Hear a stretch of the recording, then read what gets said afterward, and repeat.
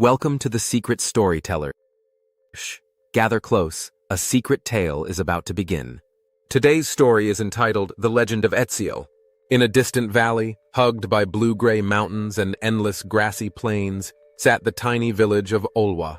Summer mornings smelled of pine and wildflowers, and nights glittered with more stars than any map could name. Almost everyone in Olwa was content to farm, trade, or sing by the fire. Everyone except a boy named Etziel. From the time he could hold a book, Etziel was hungry for knowledge. He borrowed every scroll from the village elder, pestered travelers for stories, and even copied faded carvings from the ruins on the hill. While other children raced along the river, Etziel huddled beneath a willow tree, reading until moonlight forced him inside. When Etziel turned 13, people noticed something odd. The taller he grew in wisdom, the taller he grew in body. First, it was only an inch or two. By 15, he was the height of the blacksmith. By 18, he had to duck through every doorway in town. Some villagers called his growth a blessing from the gods. Others whispered it was a curse for prying into forbidden secrets. Etziel felt neither blessed nor cursed. He simply loved learning, and if that made him large, so be it. But growth came with problems. Shirts tore at the seams. Beds creaked, then snapped. He built a bigger cottage on the edge of town, but soon even that felt like a child's toy house. Knowledge kept pouring in: astronomy, ancient languages, the math of tides, and Etziel kept pouring upward. His friends, still average height, now spoke to his knees. Where once he spun tales to crowds in the square, now people stared from a distance as if he were a walking monument. Loneliness crept in like cold wind. Etziel missed late-night debates at the baker's porch and the bright aha faces when someone finally understood a hard idea. He began to wonder if his quest for wisdom had cost him the very community he wished to enlighten. One crisp autumn afternoon, Etziel visited the square to teach a small group of curious children. He described constellations and showed how to find true north with a stick and a shadow. While he spoke, he felt something he had not felt in years: stillness. He wasn't growing. In fact, by the time the children ran home, he had shrunk. Only the width of a fingernail, but enough to notice. That night he paced his oversized cottage, replaying the day. Sharing had slowed his growth. Maybe it wasn't learning that made him bigger. Maybe it was hoarding what he learned. If so, teaching others might keep him grounded, literally. Etziel raced to test the idea. The next dawn he invited every villager to hear him speak. He explained crop rotation, basic medicine, and the stories behind the village's own myths. Each time he taught, he felt his height settle into something manageable. For a while the plan worked. But soon fresh distractions rolled into Olwa. Traveling actors set up bright tents and performed comical plays.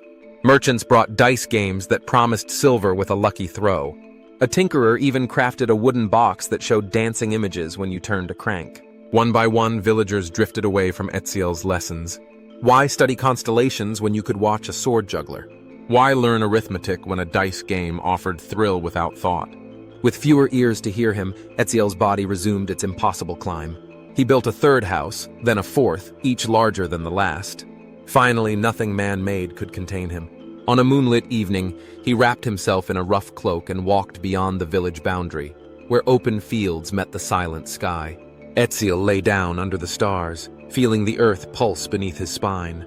He imagined roots in place of his feet, digging deep for answers older than language. As dawn teased the horizon, a calm unlike any he had known washed over him, and he closed his eyes. When the sun climbed fully, villagers searching for their gentle giant found something astonishing. In the place where Etziel had rested, stood a tree taller than any tower. Its bark was etched with spiraling symbols that looked uncannily like Etziel's notebook diagrams. Broad leaves shimmered as if inked with fine script, and the air around it hummed with quiet thought. Realization spread from person to person. Etziel had not died, he had become. The giant tree was his mind, heart, and lifetime of learning woven into living wood.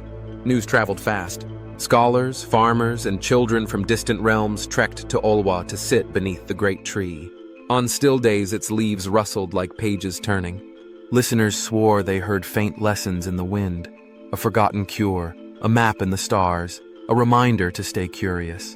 Villagers who once chased easy thrills began visiting again, sketch pads ready. Dice games collected dust.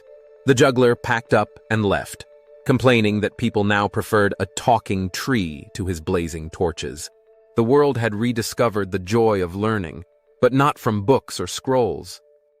They learned from Etziel, whose branches offered shade and whose silence invited questions. Seasons turned. Children grew into adults beneath the emerald canopy.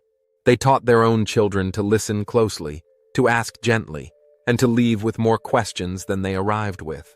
The tree never stopped growing, yet it never loomed unnaturally. It fit the sky the way wisdom fits the mind, perfectly. In time, storytellers would say that if anyone tried to chop the tree, the blade would dull on first strike, as if the wood itself refused to forget. Others believed that each acorn carried a single lesson, waiting for the right soul to plant it. What all agreed on was simple. Knowledge shared is life sustained. Etziel's body had vanished, but his purpose had not. He had shown that learning is meant to circulate, like sap in a trunk or blood in a heart. When it flows, a community thrives. When it clots, it bursts the vessel that holds it. Thank you for watching, and don't forget to ring the bell, share, and subscribe for more content.